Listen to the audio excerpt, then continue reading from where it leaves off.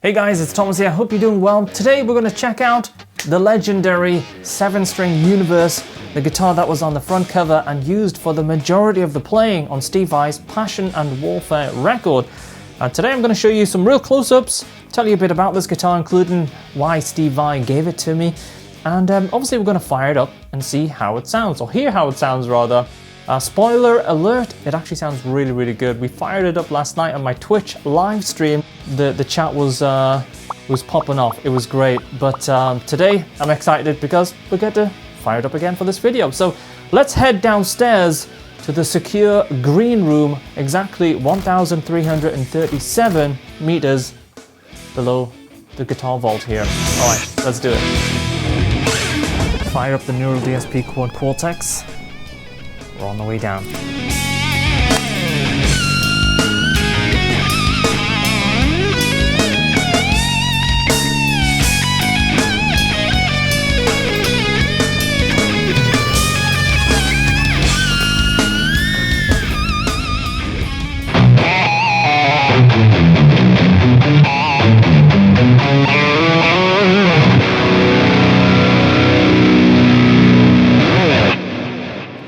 Man, here it is. Every time I play this guitar, you can just tell there's something about it. It has a certain sound, but it has a certain feel that I struggle to put my finger on it, but I guess it's just got so much mojo and character. It's almost mythical. It's a very cool guitar. So to give you some context, of how I came to own this guitar, let me just rewind back a little bit to the time where I met Steve Vai. So I met Steve back in the late 80s, Monsters of Rock with David Lee Roth. Man, wasn't that a show? Did you guys ever see that? With the boxing ring and the full extravaganza? What a show. So I somehow got backstage and ended up playing for Steve. And I had this floral gem. I'm pretty sure Greg Bissonette, the drummer, was there, and some of the other backline from the band. Anyway, I ended up playing Tobacco Road, the David Lee Roth version, and it was just like one of those hilarious moments where everybody's like a little taken back and laughing, and it was just like a really cool moment. Anyway, ever since that moment, Steve kind of kept in contact with me. And sometime later, he sent me, I'm guessing it would have been a letter or a fax. For a song called The Audience is Listening. The guitarist that plays Little Stevie Vai in the video is this kid from Northern England, from Newcastle actually. His name is Thomas McRocklin. He's 10 years old, and he's this fabulous little guitar player. It's phenomenal to see this little kid with these little fingers going all over the neck. Anyway, let me play a little piece of what the song sounds like so that you can identify with it when I play it at the Whitesnake concerts. So anyway, I received an invite via Pigeon or something to do the video, The Audience is Listening. Such a cool song, great video. That video was shot in Florida, and it was a fantastic experience shooting that video, being on set. It was quite a big production actually, and it was really cool. So this was around the time that I signed with Interscope Records. Now Interscope actually flew me out to LA to finalize some of the details, and they actually put me up in the Beverly Hills Hotel. Very nice, thank you Interscope. Strangely enough, one of the things I remember about this whole experience, other than the guitar, which we'll get to in a second, is for some strange reason, we were ordering plates and plates and plates of chicken wings. And the Beverly Hills hotels, well, there's a lot of sort of trams and tourist bus that go back and forth all day, spotting famous houses and famous locations and stuff. And for some reason, me and the guitar tech friend that came along with us, we were throwing chicken wings and chicken wing bones out at these buses and trams as they were sort of passing. I mean, you can just imagine like chicken wings flying at you from like 6 floors up. A very strange thing to do. I have no idea why I did that, but yeah, that somehow and for some reason happened. Why? Anyway, later that evening there was a knock at the door, and it was Chris from Ibanez. Chris was the Ibanez artist relations guy at that time. Super cool guy, really chill, very nice. And he had a guitar case with him, and that wasn't a major surprise, as artist relations guys and stuff like that, they often have gear with them. But then he came in and he said, "This is a gift from Steve Vai for doing the Audience is Listening video." And I was like, whoa, oh, okay. I mean, I wasn't expecting anything. So this was like all a big surprise. And I put the case down, and then I opened up the case, revealing this 7-string Ibanez Universe. And you know, swirl finishes were still so new to me. I'd just recently seen the 6-string swirl guitar that we used for the audience's listening video. This was actually a prototype, it wasn't even a model that was out yet. So seeing the brand new model with this finish, you know, I was like, whoa, you know, such a cool moment. And then inside the case, there was a note from Steve and also a copy of Passion and Warfare on cassette.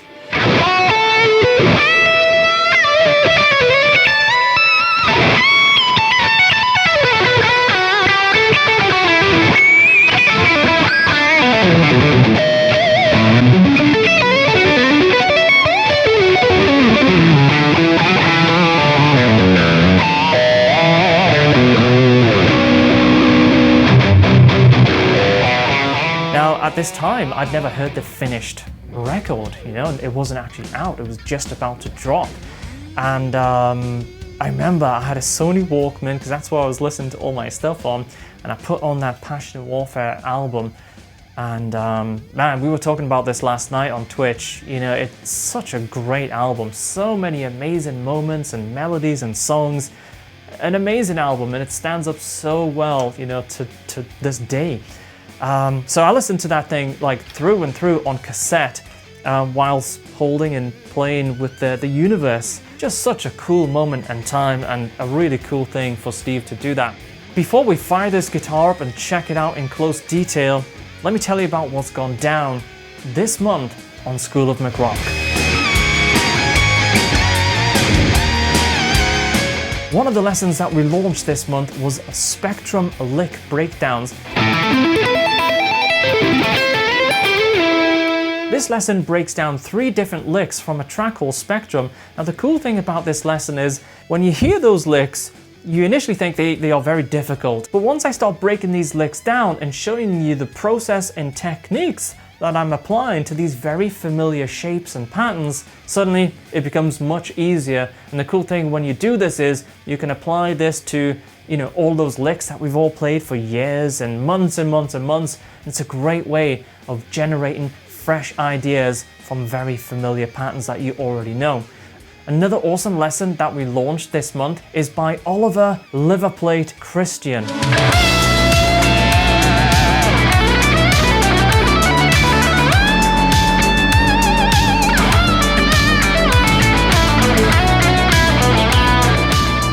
What I really love about this lesson is, in addition to Oliver breaking down the lick, and you get the tab and the backing track and all that good stuff, but in addition to that, we get a really cool insight into the approach that Oliver uses for his playing, and it's really, really cool. And also, he's got some absolutely wicked tips, and you know, tips and tricks that as soon as I saw them, I'm like, I'm having a little bit of that. Thank you, Oliver. Really, really cool. It's a great lesson. So that's launched. Another lesson that went live this month is locking in your rhythm. Today, we are going to get your rhythm playing absolutely locked in. It's going to be tight. It's going to be smoking, and you're going to be able to express your biggest and nastiest, heaviest riffs after you complete this lesson. We're going to work on some right hand stuff today, and we're going to work on how we can make chords more full, how we can take simple riffs and really make them absolutely scream. And today we're going to work on introducing some different feels and groups of 3, upbeats, and so much more into your playing. So if your rhythm doesn't seem like it's tight and articulate and you want some more dynamics and expression into your rhythm playing, this is the lesson for you. And finally, another lesson that we launched this month is jumping into pentatonics.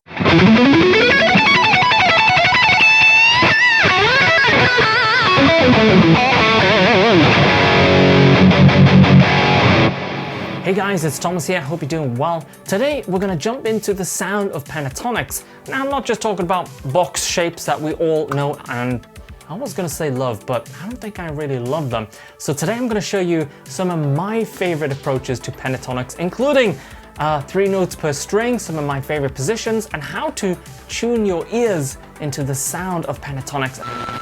And as always, all of these lessons are delivered in bite-sized format. You know, you don't need to sit down for 3 hours at your computer, bored out of your mind, you know, if you have a spare 10, 15, 20 minutes on your lunch break, you can learn something new that day. So head over to schoolofmcrock.com. I'll see you over there. Let's get back to the video.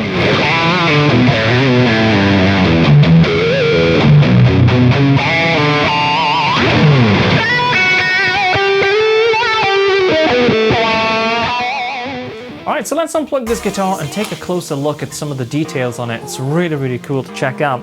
I guess the first thing that you're going to notice with this guitar is the monkey grip, which is actually not very well balanced. It's actually placed in the wrong place of the guitar. Look at that. How's that? How's that for weight distribution? Somebody got that wrong. So the reason why this has a monkey grip, I guess they were experimenting, just coming out of the jam. But in the production run of the Universe model, obviously they went ahead to decide that no, we ain't going to put a monkey grip in that model. So that's why on the release of Passion and Warfare, they airbrushed it out, simply because at some point they obviously decided that now we're going to leave the monkey grip off of the actual production run. So it's quite a unique detail, and it often causes a little bit of confusion when people see this guitar and then they see the record, they're like, well, there's no monkey grip on the record one. But if you spin a lot of the prints around and look at the back, the photo where the guitar's on the floor, then you'll see that there's a few versions that have the original monkey grip intact still on the actual picture.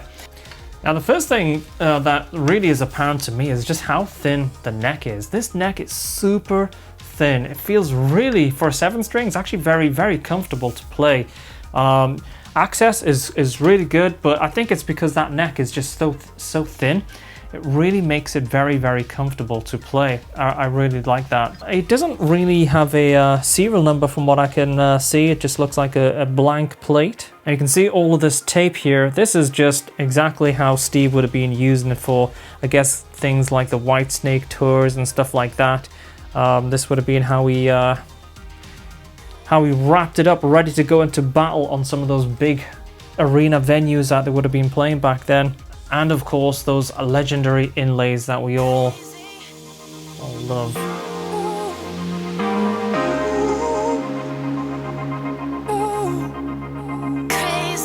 Such a cool dip on this guitar.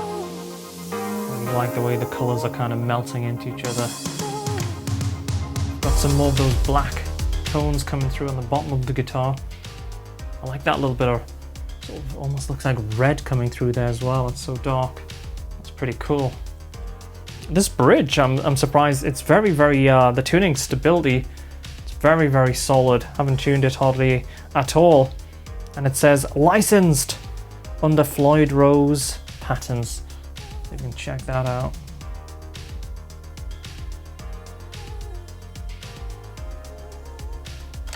The back of this neck is still super clean, like if you see. I mean, that's had a lot of play. It's still pretty damn clean. It's not really screaming, I am absolutely filthy. It's pretty good condition, really. I mean, the whole guitar to play, still like highly playable. I mean, this thing, like, you pick it up and it's just ready to go. There's no like, oh, it's 30 years old, be careful with it. It feels like a solid, well-made machine. Well, I like how you can see that dip under the trem as well. Check that out. Right under there. That's pretty cool. These are the original strap locks that Steve had on there as well. It's faded away or even chipped off. I think most of the chips, pretty much all of the chips that's on this guitar were done back in the day when Steve was using it. I haven't really like thrown this guitar around and, you know, cracked it up or anything like that. It's been kind of pretty well looked after, especially when I got this guitar. You know, I was a bit of a wild boy with some of my other guitars, but generally this one was always pretty well looked after.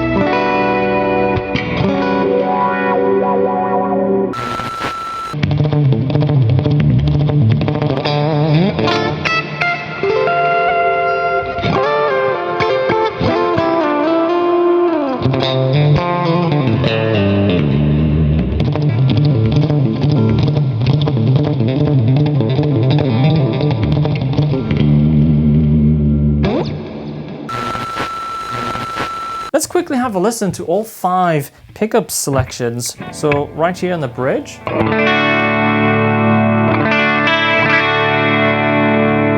Now on that split position. That middle position. It's really nice. The next split.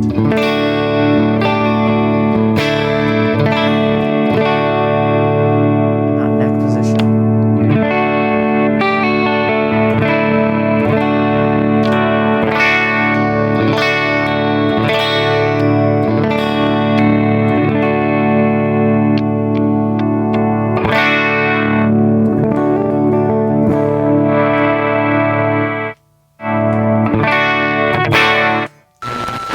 I'm pretty surprised actually how playable it is and how well it feels set up after all these years. The only thing I've done is like restrung it occasionally, so pretty damn solid. So there we have it, guys, the Passion and Warfare 7-string Universe guitar. I hope you've enjoyed this video. If you have, please do give it a thumbs up. And if you have any questions at all about the spec, playability, whatever it might be, also drop those down in the comments below and I'll do my best to answer them. But yeah, that's it for this one. Hope you've enjoyed it. I'll see you guys soon. All right, take care. Cheers. Bye.